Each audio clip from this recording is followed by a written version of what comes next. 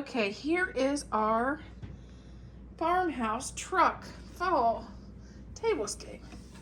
First of all, the truck plates came from Hobby Lobby. Hobby Lobby and Hobby Lobby.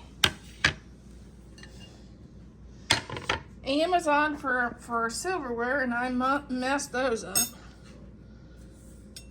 I've had this tablecloth for a long time. I think it was Big Lots.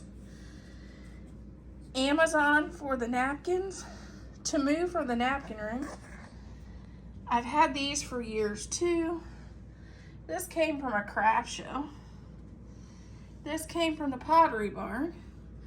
Temu for our beautiful table runner. And Dollar Tree for the leaves. The white and tan leaves, and these blue ones came from Hobby Lobby, and this was from Dollar General. And I will show you the next place setting because it's different.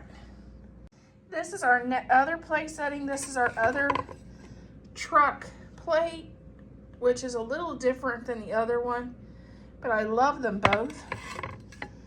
And our glass, it's different too. But that is our fall truck tablescape.